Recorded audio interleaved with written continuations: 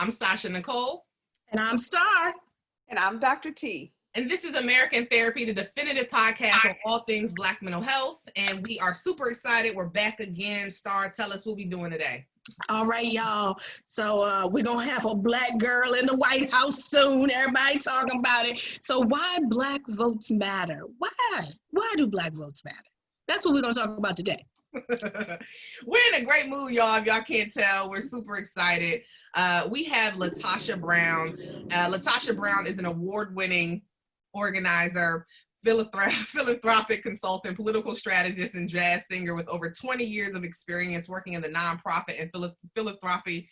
Damn, my Get the word, girl. Come on, yes, I had a drink. Sectors on a wide variety of issues related to political empowerment, social justice, economic development, leadership development, wealth creation, and civil rights. She is the co-founder of Black Voters Matter Fund, a power-building Southern-based civic engagement organization that played an instrumental role in the 2017 Alabama United States Senate race. So welcome, Miss Brown. We're super excited to have you. Thank you for joining us today.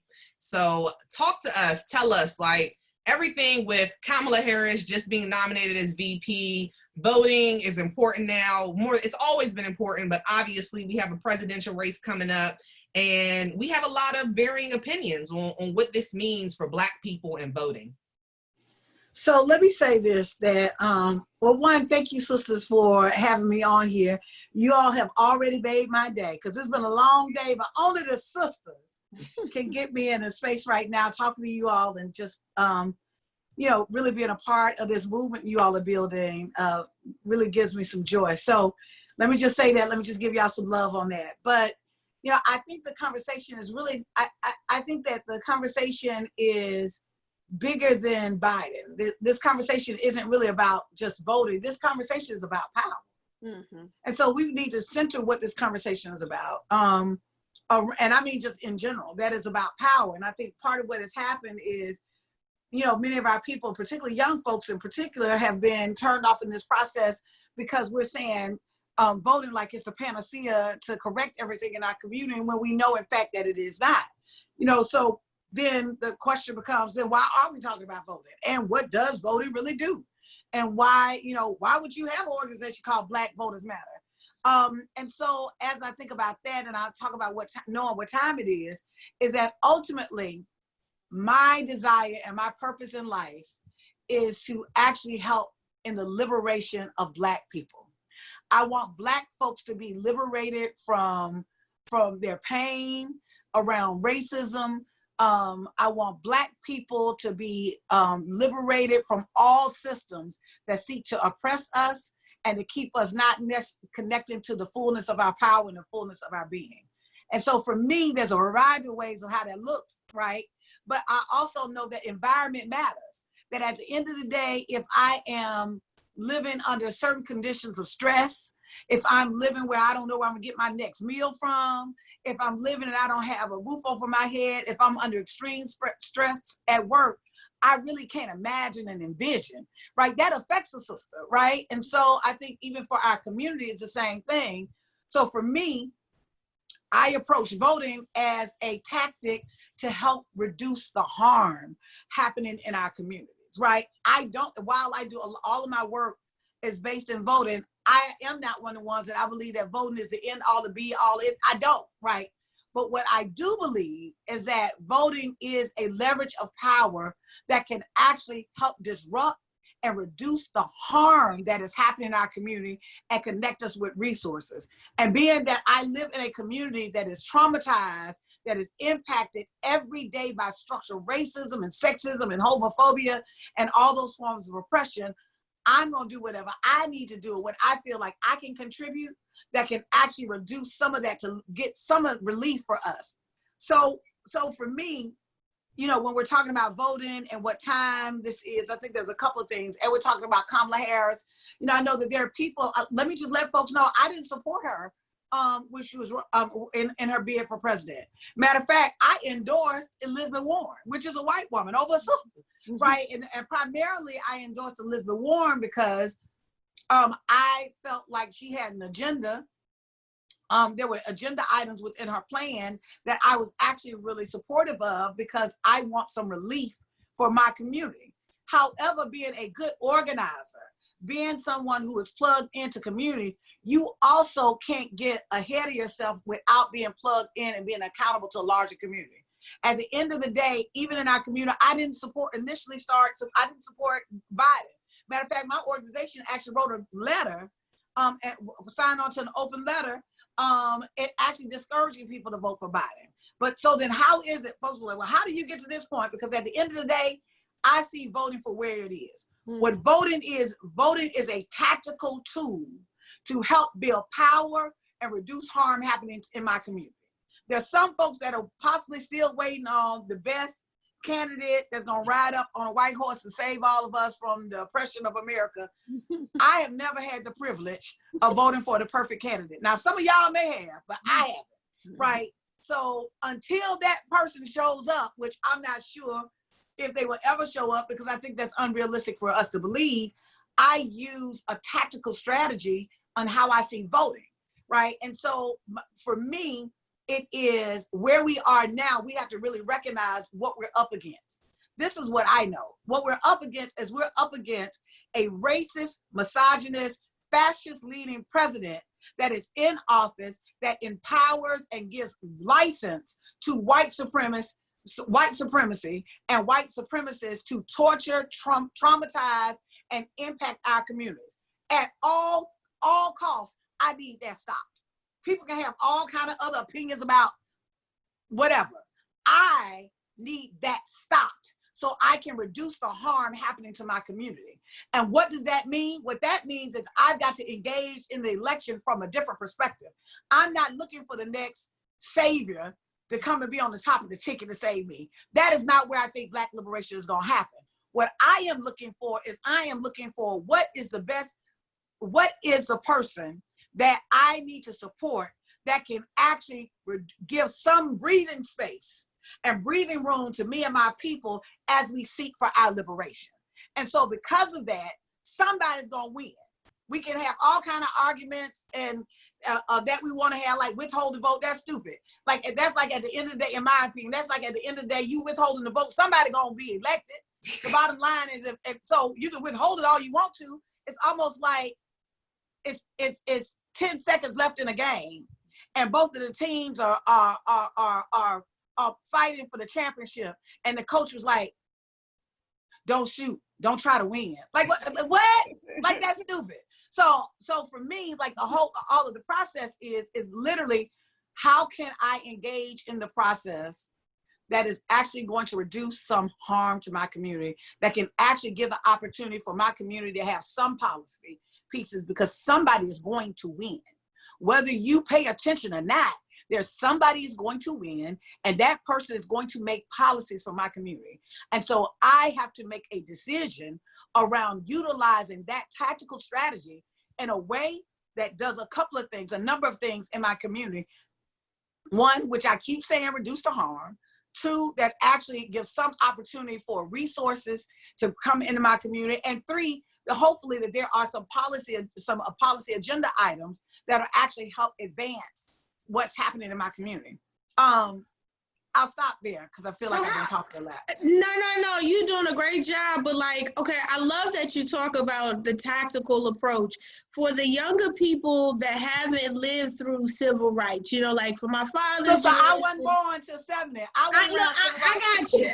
I'm with you. And that's why I lay it like this, because, you know, I grew up in a family of civil rights leaders and fighters, and, you know, and I grew up with those stories. So I understand the importance and the power of the Black vote, which is why so many people want us to be discouraged from voting. How do you, and this is probably for you, LaTosha, as well as Dr. Royster, around how do you address like the social engineering that's heavily going on to dissuade Black people from voting, to have Black people voting for people who are not viable tactical candidates, AKA Kanye West, who may not even be valid candidates in and of themselves? How do you address that? Because like what we hear in the community I was shocked when I was excited when I saw Kamala.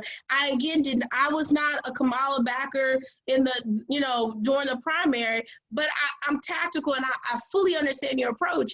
But when the next day, the litany and some of the vile even comments about her from our own community, I was honestly shocked. And most of, if not all of them, were quite uninformed. There were soundbite comments. I'm like, well, what? And I intimately know her record as a prosecutor, which is why I wasn't pro Kamala in the initial primary. Like, what can we do so that we can start to hear the information, see what's out there as Black voters, and understand that people are trying to socially engineer us against our own benefit? I think that we have to really recognize where we are, what moment we're in, and what is it we're trying to accomplish. There's a whole bunch of people that got opinions. Most of those folks that got opinions on Twitter, I find they don't do no work, right? I'm just being honest. That I find that they're not talking to anybody. I find that they go to their job. It's so interesting because I love to hear folks say, back in slavery, I wouldn't make it. Whatever you're doing now, you would have been doing in slavery. So the truth of the matter is, you ain't fighting now. You wouldn't have been fighting there. You would have been talking trash and continuing to go in and do what Master told you to do. So at they've the end been of on the day, OnlyFans. They've been on that OnlyFans. Right. Girl. They be conscious as hell, on Twitter. Shut up. Do some work. So at the end of the day, I'm raising that because I think it's really important for us to really be honest about what we're talking about here. We're getting caught up and having Black folk ain't never had the luxury of picking the candidate that we want. When we did that, like when we had the perfect candidate, y'all find me who that is. What was it?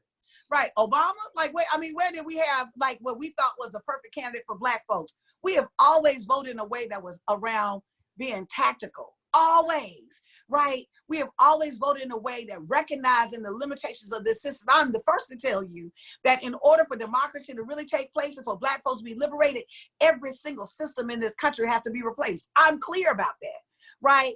But what we also have to recognize is this ain't Fox News that we having some political pundits on here. We talking about real everyday lives. And I can tell you at the end of the day, where I've been in a courtroom where there was a DA that was a Democratic DA, and what kind of sentences that DA gave, and a Republican DA, what kind of sentences that they gave. And I'm not raising that because of party. What I am saying is it makes a difference who are in those positions of power, because as long as we're in this system and we're subject to this system, we're also subject to the laws. And if we're subject to those laws, they impact us. So to not acknowledge that it makes a difference, it does make a difference. And let me raise this issue around Kamala. We have supported far less inferior white folks. Stop it, y'all. That people got all these, if we held the same standard to this sister, when nobody have ever voted, right? So at the end of the day, there's always a different kind of standard for Black folks. On some level, I understand that because I do have an expectation of Black people differently than I have for white folks, right? But there's also this visceral reaction that we have, that we literally lean into this one little soundbite. If I ask people right now around Kamala's voting record and what the system been working on in the Senate, I bet you half the folks couldn't even tell me. Why? Because they stuck on a soundbite that has been planted by Fox News, right? Because they saw this coming, right? And I'm not saying that there shouldn't be a critique around that.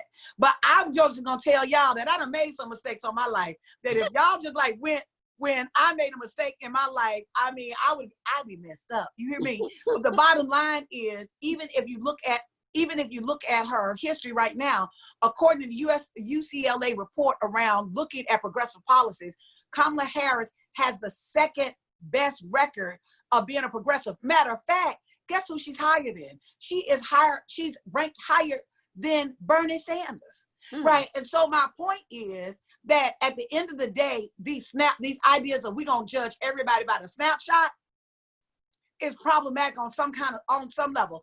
I am not saying that she should not get critique around that. Yes, because when you do things that create harm, yes, you got to be accountable to that. What I am saying is we've got to be a little bit more studied. We got to be more disciplined to read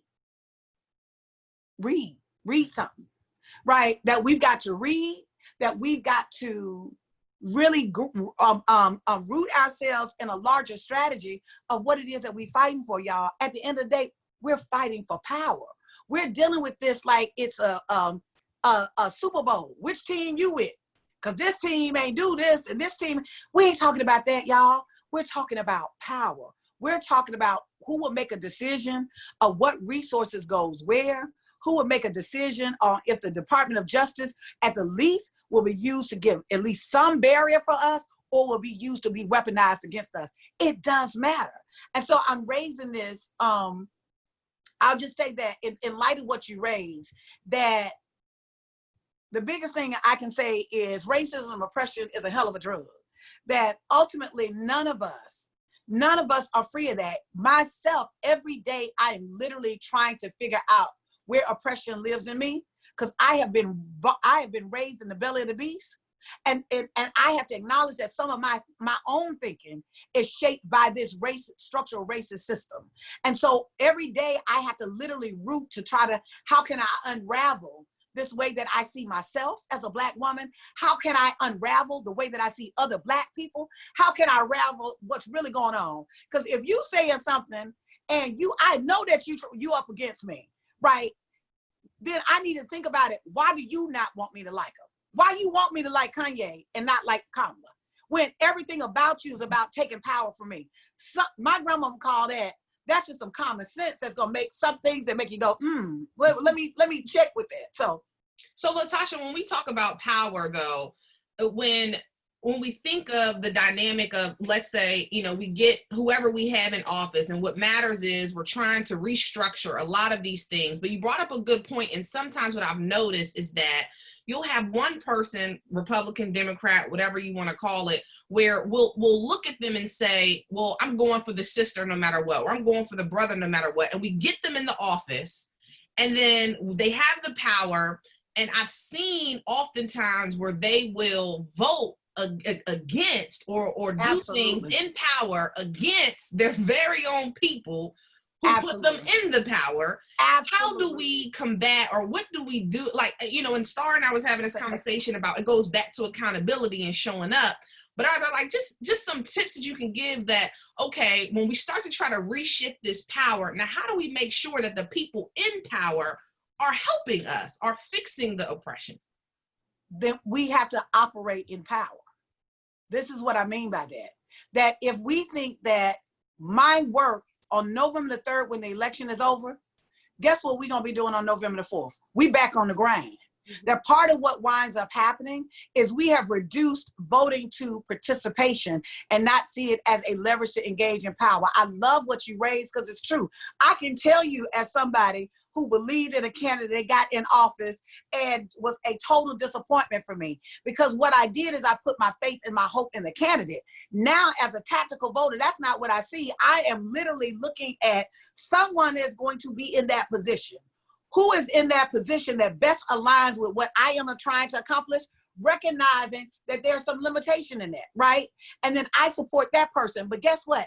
I do the other work that is actually movement building work. I do the other work to pull down structural racism. I do the other work to educate Black folk around and educate myself around a radical reimagining of every single system. My point is that can't be done in a vacuum and isolated. I am one of the ones that when we're talking about, and I am not one of them folks that I'm just gonna support you because you Black. Now, you Black, I'm gonna pay attention. You are, because I do think that representation matters. But at the end of the day, you think I would support Clarence Thomas? Like, you think that I am, like, ultimately, those folks, you think that I'm supporting Kanye West? That him being just Black is not enough for me. Just like Kamala just being Black is not enough for me, right? But what I'm saying is, we have to have a level of sophistication that we're taking a nuance of why we're voting for someone, that what they represent and their experience, that does matter to me. Their background, I'm gonna be honest, that matters to me. That's not my only consideration. My other consideration is there an alignment with what they can bring about and alignment with the things that I want? Then 3, is this person, if I'm looking at my choices, what is going to reduce the harm so that me and my community can actually get can get the most out of? I'm looking at several things as we consider.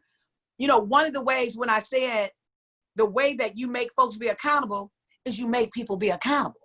We think that voting for folks does not make people be accountable. You vote for people on November 3rd, November 4th. I'll give a prime example.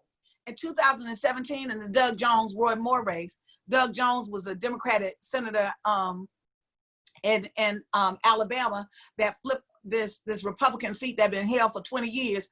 We had a letter already drafted to go in the paper 2 days before the election. You know why?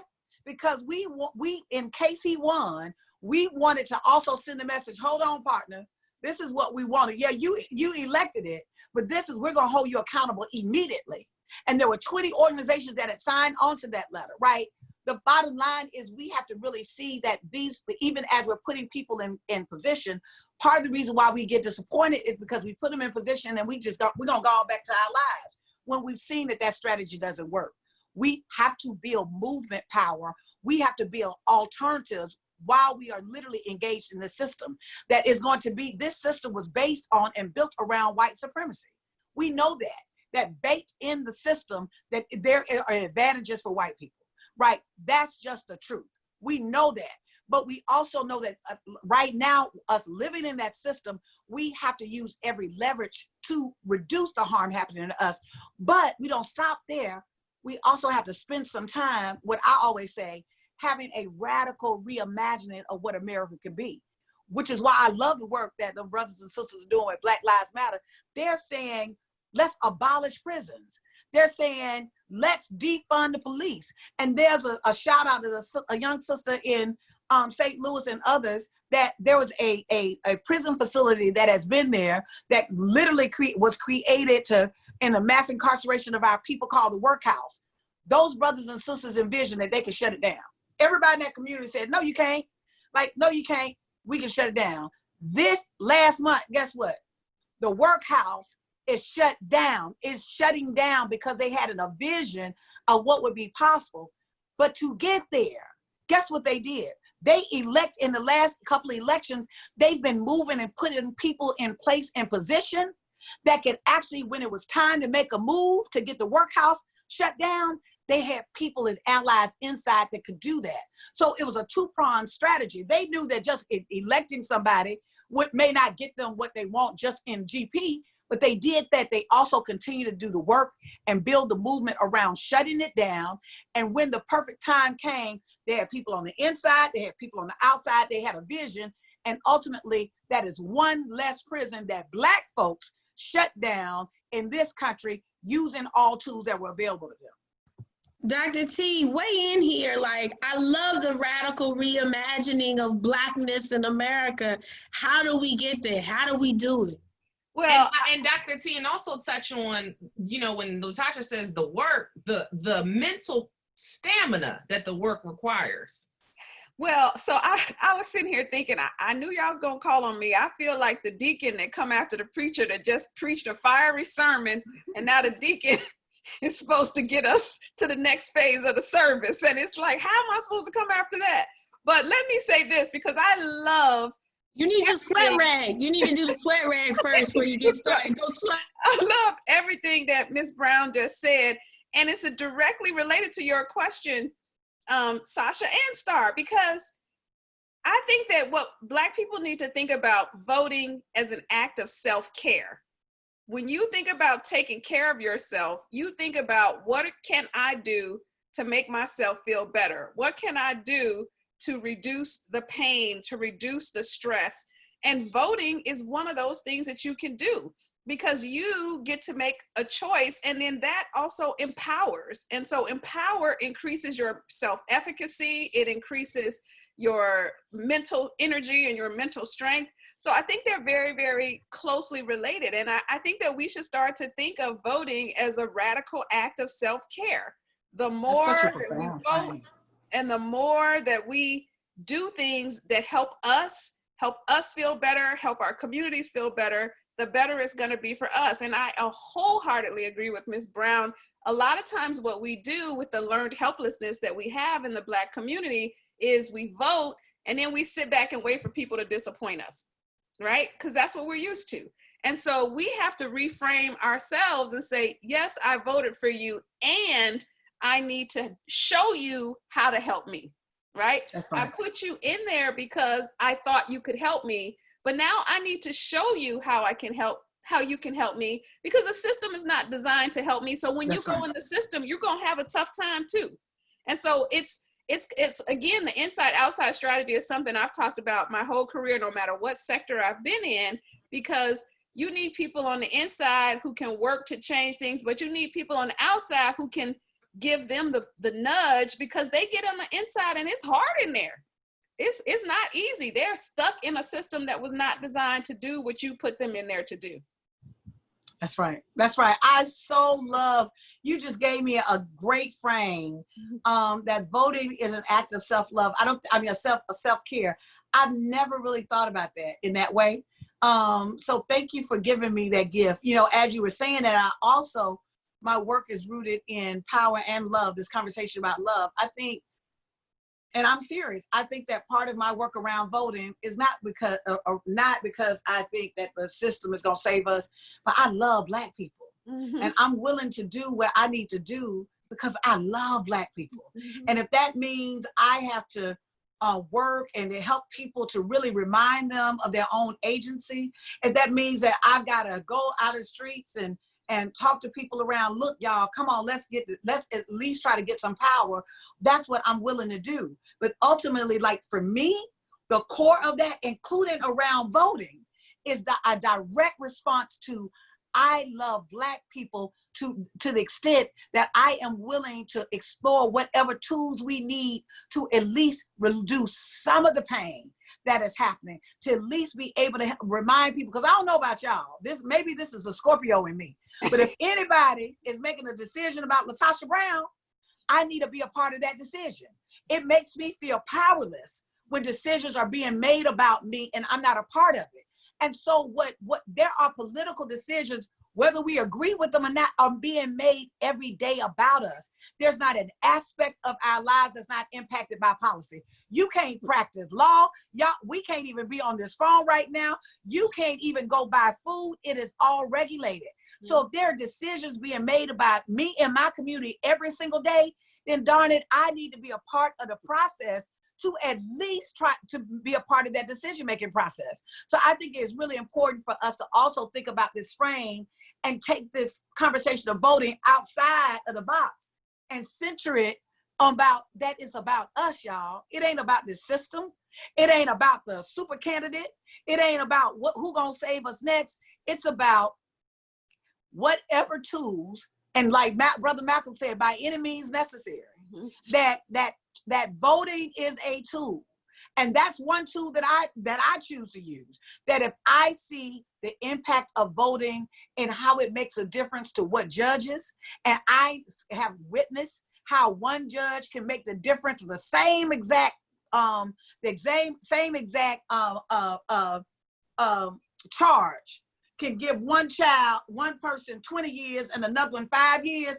I'm gonna do whatever I need to do to get that judge that's gonna be more just and more fair to my people. Right. And so I just think that it's really important for us to connect this, to have a larger, broader conversation around what this is really about. And this really is about us, but we don't stop there. That as we're doing that and doing the work to actually help reduce the harm in our community, we have to reimagine new systems. That's why I call myself, I'm a Black futurist. I'm doing what I got to do right now because it's practical for me to do what I have to do now. But I am constantly, day in and day out, thinking about new systems.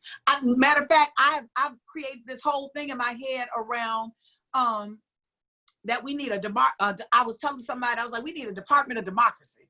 And they were like, what? Like, we can't do that. I was like, well, we can't. If we got a Department of Defense, why can't we have a Department of Democracy? Like, who restrains you that you can't even reimagine outside of what exists? In order for there to be something different, some of us are going to have to be able to reimagine. But I also know it is real hard to imagine anything when you're hungry, right? It is real hard to imagine anything when you don't have a roof on your head. So if I got to do this little thing over here on this voting to keep people, at least give some relief to keep folks being able to have a roof over their head, to have people to really be able to have some food in their bellies, then I'm going to do that, because I need those folks reimagining new systems so that we can take our position and we can take our community to the next level. LaTosha, you and I feel like you're like my kindred spirit, like you're my spirit animal. Like I'm like literally writing notes, and I love every single thing you've said so far. How do we get our people to that space, and how do we get our activists to that space, as well as like what happens as an activist? You get busy, you get into work, and then somebody notices the work, and then you start to get sucked into the system, you know. And I'll give an example. So this year, randomly, you know, I'm an activist. I work with my community on maternal and mental health, and the work is, I'm like work. And it was like, hey, why don't you come to the State of the Union and shadow and come up to the Capitol and all this other stuff. And I'm sitting in these meetings with like Nancy Pelosi and Chuck Schumer and all these people before the State of the Union talking about Obamacare and all these things. And it was a moment where it was like, oh, I shouldn't say that, because I know, you know, I've already been given the script or whatever. And then I was like, fuck it, I'm going off script, because I'm going to say what need to be said. But like everybody in the room was like, who let this bitch in? How she get in here? How she get in here? But but that's what happens to activists that make noise and get the community moving in a different direction. You eventually, if you're good enough, you're going to get, the system is going to try to pull you in. So how do you stay centered as an activist for the community and centered in power and love and the mission and the futurism, when I'm sure you're effective enough that they're like, okay, we need to consume her. Right. So that's such an excellent point. The three things that came up to me as you were talking, girl, you had me thinking about the Bible, Ecclesiastics. You did. You had me, there's a time and a season for all things. That sometimes your right hand, my grandmother used to say this all the time, right hand don't need to know what the left hand is doing. The truth of the matter, sister, is I don't need you to go in there and to prove that you can shut it down. I need you in that room, because you're one of the ones that can get in that room. I need you also, that when it is time to say it and shut it down, you're willing to shut it down, right? But sometimes I need you to be the person that actually gets the information, right? To show us how to organize. Sometimes I need you to be the person that's like, let's burn this mug down. Sometimes I need you to be the person that's a negotiator. The bottom line is a good organizer will always be driven by, in that moment, not by their ego or what they think that they got to be or what role I got to play. If I need to sweep the floor, guess what? In my own office, and I got employees working for me, I sweep the floor. Why? Because that's what needs to be done in the moment. Matter of fact, I don't even have a title in my own organization I started. I call myself Chief Doer. That's my title. I ain't even got no title, right? I'm Chief Doer. I do what I need to do. My point is that we get caught up too, that sometimes we get scripted, and this is what an activist is supposed to be. I have been in rooms that because I am wearing that the person is wearing the character of the activist, that means that's how I have to show up all the time. I don't need you to be an activist to be an activist. I need you to be effective, because I'm trying to win, right? And so ultimately, I'm saying that if this is who I tell folks that we can learn from, this is a woman that some folks may have heard named Harriet Tubman. And let me tell y'all about this sister who could neither read or write, that when she needed to be a navigator by the Northern Star, she was a navigator. When she needed to be a leader and willing to be like, I'm willing to murder you if you call and shoot you, she was that. I'm quite sure that there was moments that sister had to be a nurturer, that when folks were ready to give up, that she had to be a nurturer. This is also a woman that led the U.S. military, that actually led the Union troops to go free her folks. Do y'all think that she would have went in the Union troops cussing them out? Is that's what y'all think happened? No, she didn't. She did what she needed to do because she got the troops. And what did she do? She commanded the troops and had them to free 700 of her people. But some of us will get caught up in an ego that we'll just burn it all down. Let me go up here and tell these troops how racist they are. Let me go and tell them a piece of my mind. Y'all think Harriet Tubman did that? Or do you think that Harriet Tubman used a tactical strategy and her goal was, I got to go down to South Carolina and free these 700 folk. So right now, what I am going to do is put myself in a position to be the commander of the Union Army, because certainly y'all don't think that they weren't racist, right? That I'm going to maneuver and navigate through that knowing who I am and free those folks, right? That's what she did. My point is people play different roles. Now, everybody can't play those different roles, right? Some of those roles I ain't good at playing, right? Some of those roles, sister, you may not be good at playing, but somebody needs to play those roles.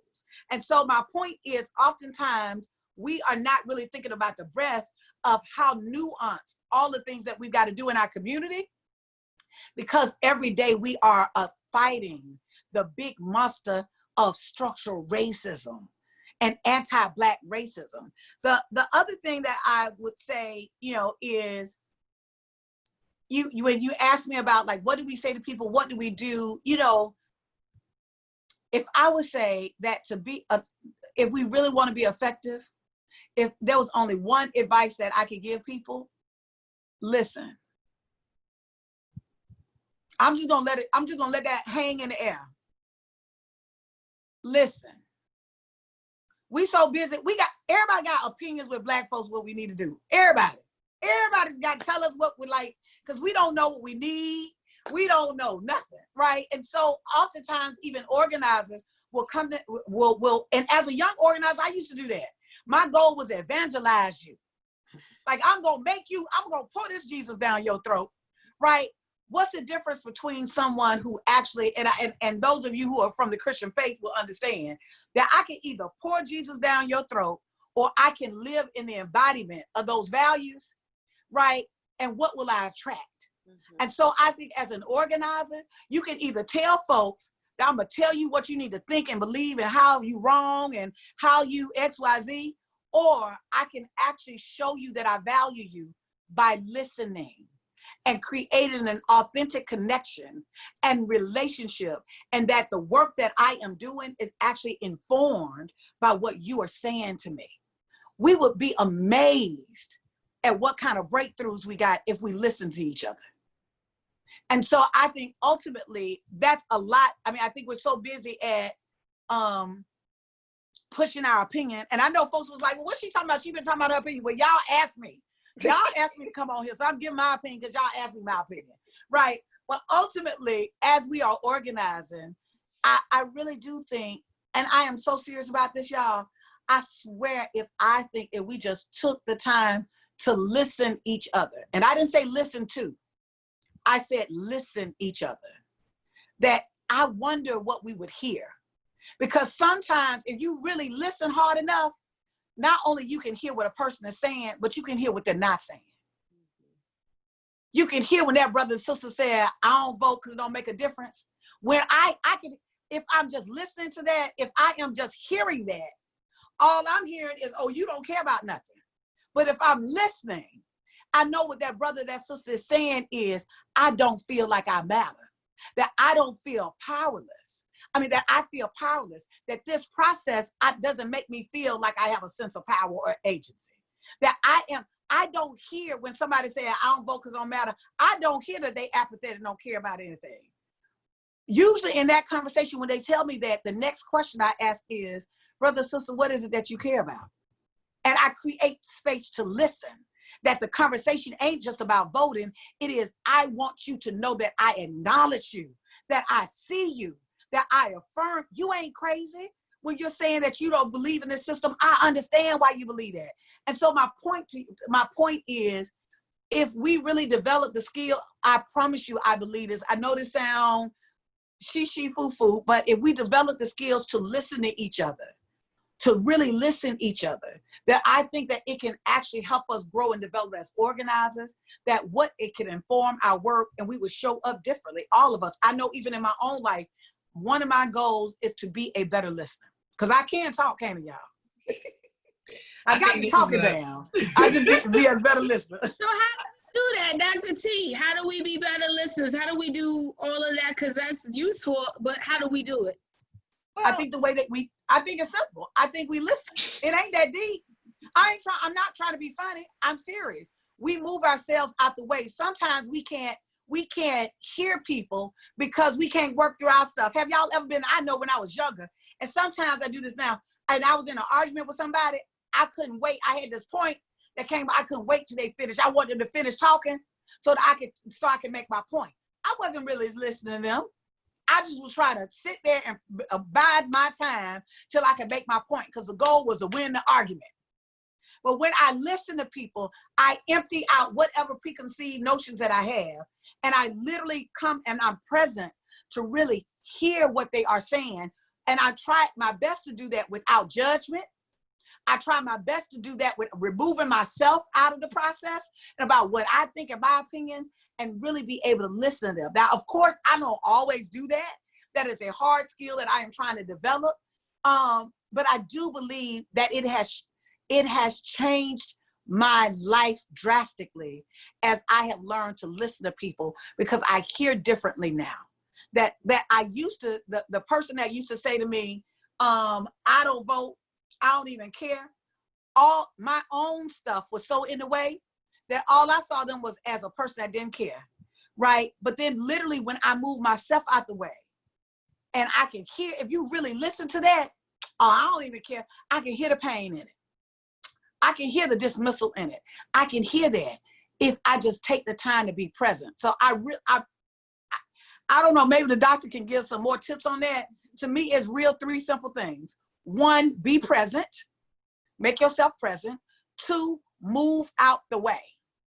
You move out of the way, right? And 3, give your attention where you can really hear what they are saying. Don't judge it, just listen. To me, that's like active listening. So, I know that there are other people that got all kinds of skills on that, but those are my three approaches to it. And that was great. And Dr. T, definitely, as we close out, add to those things mentally, how we do that. And LaTosha, like, we appreciate the passion, appreciate you coming on, and just, I don't even know what to say. I learned a lot from just listening. So Dr. T, start to close us out and start, and let's do what it do. This has been a great show. The only couple things I want to add is, in order for us to listen, we have to be willing to let go of what we believe. Like, the only way for anything to grow is to let go of what you had already thought, because you want to expand. That's the point of interacting and engaging. And so we have to be willing to let go. And then the other point around organizing and around supporting each other, I always use the analogy of an army, because, it's a powerful analogy, right? But in an army, everybody isn't a general. Everybody doesn't have the same set of skills. The person who keeps the barracks clean is just as important for that army to be successful. The person who cooks and never comes out the kitchen is just as important for that army to be successful. And we have to remember, as a community, one of the ways we care for each other is by taking care of each other and doing these things that may not be visible. You may not be the activist who's out there. That doesn't mean your role is any less important and that you don't support the movement or the leader in that. And it doesn't mean that anybody's perfect. It just means we all have special gifts and talents, and listening and acknowledging and accepting each other's gifts and talents allows us all to move forward. Amen. Thank you, Dr. T. I understand now, sister. I learned so much from you. Thank you. I appreciate, just hearing that wisdom. I do think, y'all, if nothing else, if we can start listening to each other. I really believe that there are tremendous breakthroughs that can happen from mental health. Sometimes, I don't know, my best girlfriends, I think about, are those girlfriends that I can call and just go off. And sometimes I just be wrong as a day, like just going off. I got a whole story a racket that I have in my head, and they just listen. They just create space for me to work it out. Sometimes being able to say it, give people space to work it out, whatever they're working out, and then oftentimes they'll come back. Sometimes they won't say anything. They just let me, because they know, they just let me go on and go on my rant. And then they might ask me a simple question. Well, what you want to do? And I'm like, what? I called you. You're supposed to tell me what I want to do. You know, and it's something about that centers me, that the power really is with me. And then they'll add, and then if I ask them, well, what do you think I should do? And at that point, they'll start sharing with me, well, you know, I'm just thinking XYZ. My point is, I think there's a powerful engagement that's available for us if that's just the baseline, if we learn to love each other and respect enough that we just listen to each other. Absolutely. Star, what say you? You know, I love this. This is like my arena. So I'm like, yes, taking notes. I loved it. And as to come back to that, you know what? So funny.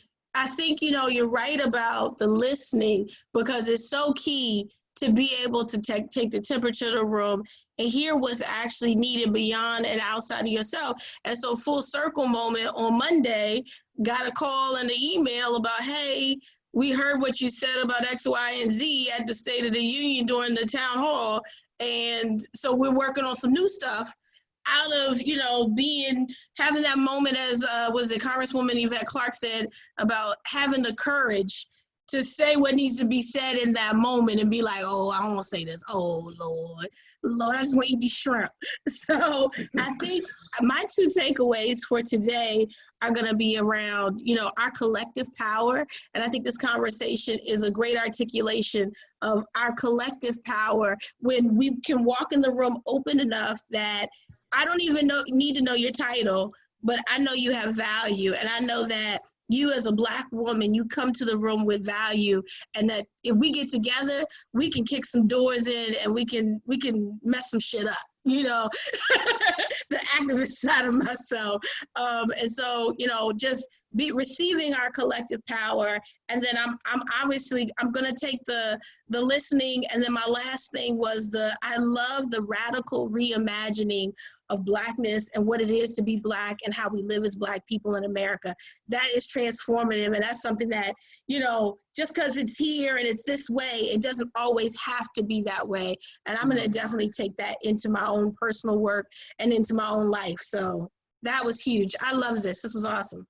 Absolutely. I think, you know, to close out, surprisingly, I have 3 things. You know, y'all usually only got 1, but I got 3 today. I feel really inspired. And I think, you know, the first thing I'm going to say is the self-discipline. One word that just kept triggering is ego. And a lot of times we all live in ego, and we don't really, we don't acknowledge that. Not only do we not recognize, we don't acknowledge that some of our bases and some of our movement is based upon ego and not out of love, and certainly not out of self-discipline. And sometimes, you know, like LaTosha, what you said, when you go into a room, I know for me, it's taken some really hard lessons to learn how to have self-discipline when that it may not have been the time to burn the room down, but to learn what the room was talking about. And I've definitely gone in blazing. So I've had to learn some self-discipline, and it requires work, a conscious effort. The second thing I want to say is just keep going. A lot of times, you know, we're involved, you know, all of us, in a lot of different things. I'm in the coalition of 100 Black women, and there are moments where I just I don't feel like helping nobody no more. I don't want to, because I'm still on certain days trying to figure out how to help myself. And I get tired. And collectively, I'm tired of contributing to other missions and forgetting about the mission of what I need to do at times to be mentally well. But there are moments where, you know, quickly, I had court today, deep down in Emporia, VA. Everybody knows you go through that corridor, you better put the cruise control on, and I didn't.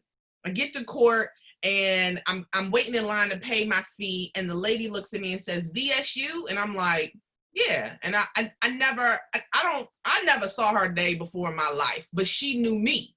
Mm-hmm. And she said to me, you know, I follow you and I love what you're doing, and I just want to tell you to just keep inspiring, because you inspire me. And it's like, I was like, man, God, like, why you keep messing with me? Like, because I'm tired. But every time I'm tired, there's a synchronicity that happens that reminds me to keep going. And the third thing I would just say is love, like, you know, to reiterate, love Black people. We say Black power, we say we love Black people. We say that. We love to say that. But when it's time to show up sometimes, when we in the moment with our brother or our sister, we don't always exemplify the love that we want to hashtag. We have got to love Black people for real. And we have to understand we are multifaceted. I could be in a courtroom one day and then, y'all know me, I'll be turned up in some 24s next. Like we are chameleons, and we have to meet people where they are, but we have to love our people for real. Like, we gotta really love Black people, and I think sometimes we forget about that. And so with all that said, I thank you. This was wonderful. Thank you, sister. And we out. All right.